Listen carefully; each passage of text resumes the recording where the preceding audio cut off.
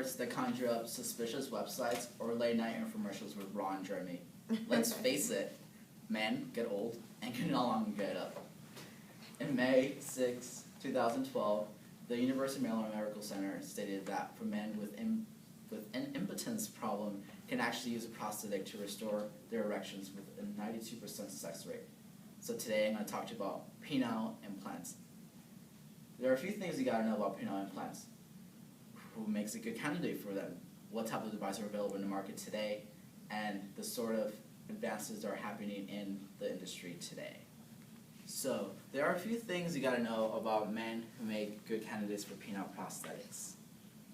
There are a few things that require men to have this sort of procedure done. One of the most common things is the unavailability of having therapies that don't work, such as prescription pills or Viagra. Yes, I said it, Viagra, the dirty word. Now, Viagra has gotten a bad reputation for its over-commercialization. It's the butt of many jokes. Access R Medical Online stated, what's the difference between the first honeymoon and the second honeymoon? First honeymoon, Niagara. Second honeymoon, Viagra. But truth be told, taking cardiovascular pill to get up is not practical nor safe for old, feeble men with old, feeble hearts. Another very common type of therapy includes penile injections. Now, these things are reported by the Penile Clinic of Dermatology, created by 2004, stating that they're pretty much injections to the penis that constitute smoothing of the muscles and relaxation of the arteries in order to increase blood flow to the penis. Pretty much they don't rely on nerve stimulation, so you might as well go to the local sex shop, buy yourself a strap-on, because you're not going to feel a darn thing. Maybe vacuum-assisted devices with witty names like Erectoaid or Improve My Limpo can work for you. The International Journal of Impotence Research issued in August 2010 that such devices use negative pressure in order to increase blood flow to the penis. The application of these devices are awesome because they don't require you to take pills or medications. Still, clinics always forget one small bit of information while they're helping you fill out your Medicaid forms to cover your pumping costs: the tip of the penis. Under high vacuum pressure, the tip of the penis will actually engorge the most. And as related by a Track Women Archives of August 2008, the penis is prone to turning black, bruising, or an explosion. The chunky, red type of explosion. So, if you want to avoid having a heart attack, injecting your junk, or blowing it off altogether, you're a good candidate for a penile prosthetic. So, you realize you're a good candidate for a penile prosthetic. Now, there are a few things you gotta know because you're shopping for a new car or a new prosthetic, so you better know what you're buying. Inflatable prosthetics are one of the most common types of prosthetics available in the market today. As related by the International Journal of Impotence Research in August 2010, penile prosthetics are actually achieving the highest rate of enjoyment in male erections today. And the giant bonus to this sort of device is that they're very discreet.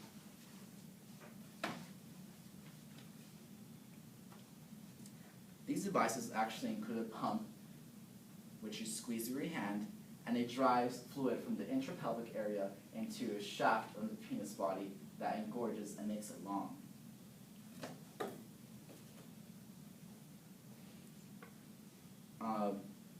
Inflatable prosthetics come in different brands. The Shaw implant is an Indian brand that has 4 zones of stiffness. It's a new revolutionary device. There is a soft tip followed by a rigid body to add shaft rigidity. The different zones of stiffness are amazing because they can be controlled using a smartphone. The unfortunate part is that they're not yet available in the US. Another popular model includes the Apollo. It's an Italian model that actually injects normal saline into the prosthetic. It's a temporary prosthetic that is to be later replaced by more rigid prosthetics. It's meant to elongate the penis and provide for an average size increase of 4 inches, or in American measurements, half a pinky. So, shopping round is over. Let's install the engine and take it out for a spin. Penile implants are very easily installed and maintained. The success rate of penile implants has increased since its dark ages. You can thank your urologist for that. An urologist is a person who concerns himself with the prostate and the bladder.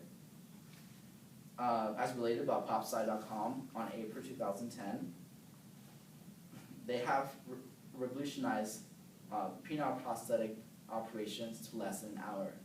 Less operation time means less infections and an overall higher success. Second, be grateful for the short recovery time. It usually takes a man 5 weeks to recover from the operation, meaning that he'll be pumping right away. Additionally, after the men have recovered from the operation and they're in full throttle, you're going to have to go see your doctor annually, leaving you 364 days of playing. Lastly, be impressed by the durability of penile implants today. They're made from high-grade silicone, harder and stiffer than any erection you might get. So, hopefully you have learned what it takes for a man to get a penile prosthetic, the different devices available in the market today, and the availability of the procedures and the fast-moving economy and that the prosthetics have. So now you are ready to join the likes of Ron Jeremy, quit your daytime job, and become the new face of late night infomercials.